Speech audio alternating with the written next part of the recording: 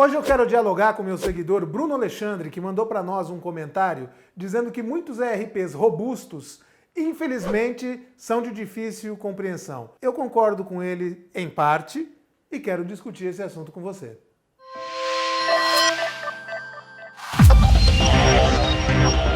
Damas e cavalheiros, eu sou Marco Salvo, mestre do ERP, e quero falar com você hoje a respeito da dificuldade de compreensão de muitos ERPs robustos, que foi um comentário enviado para nós pelo Bruno Alexandre. Tá aqui o comentário dele, ó. E eu concordo com o Bruno Alexandre, na maior parte dos casos. Existem, porém, um ou outro ERP robusto que não é de difícil compreensão.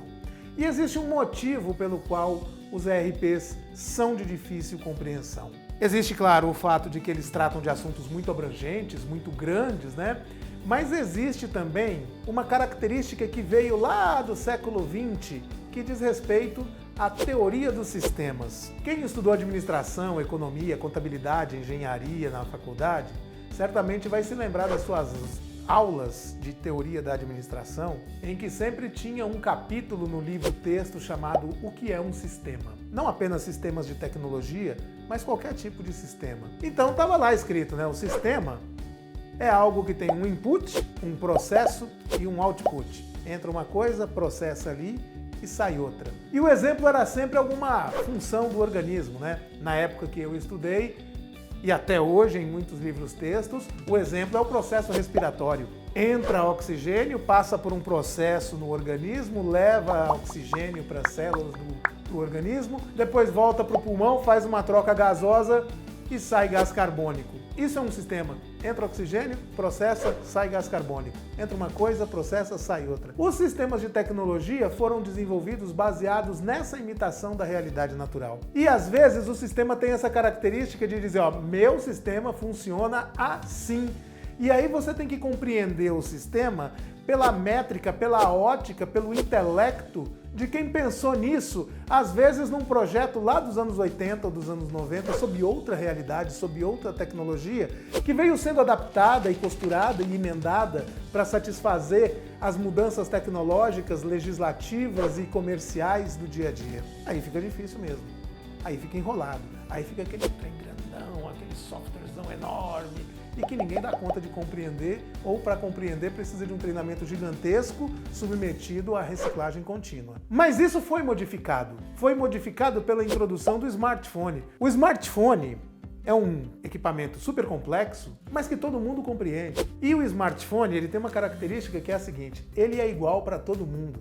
E todo mundo usa para fazer a mesma coisa. Porque o smartphone ou é Android ou é iOS. E as pessoas usam para telefonar, para mandar mensagem, para ver notícia, para entrar na internet, para fazer um tanto de coisas. O seu celular, o seu smartphone é igual ao meu, mas o seu celular é completamente diferente de qualquer outro que existe na história do universo.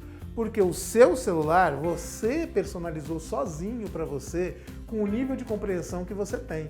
Você foi lá, colocou uma foto do seu marido, da sua esposa, do seu namorado, da sua namorada, do seu gato, do seu cachorro, da sua planta, do seu pai, da sua mãe, do seu filho, da sua casa. Você colocou o software que você queria, o aplicativo que você queria, você entrou lá nas lojas e baixou o que você queria, você deixou no formato que você queria, você faz um gesto que te leva para onde você quiser, os ícones estão do jeito que você quiser, tudo está lá do jeito que você precisa. A tal ponto o seu celular é personalizado que se você emprestar seu celular para eu usar, mesmo se for um celular exatamente igual ao meu, eu não dou conta de usar, porque o seu celular está parametrizado para ser produtivo para você. Serve muito bem para você.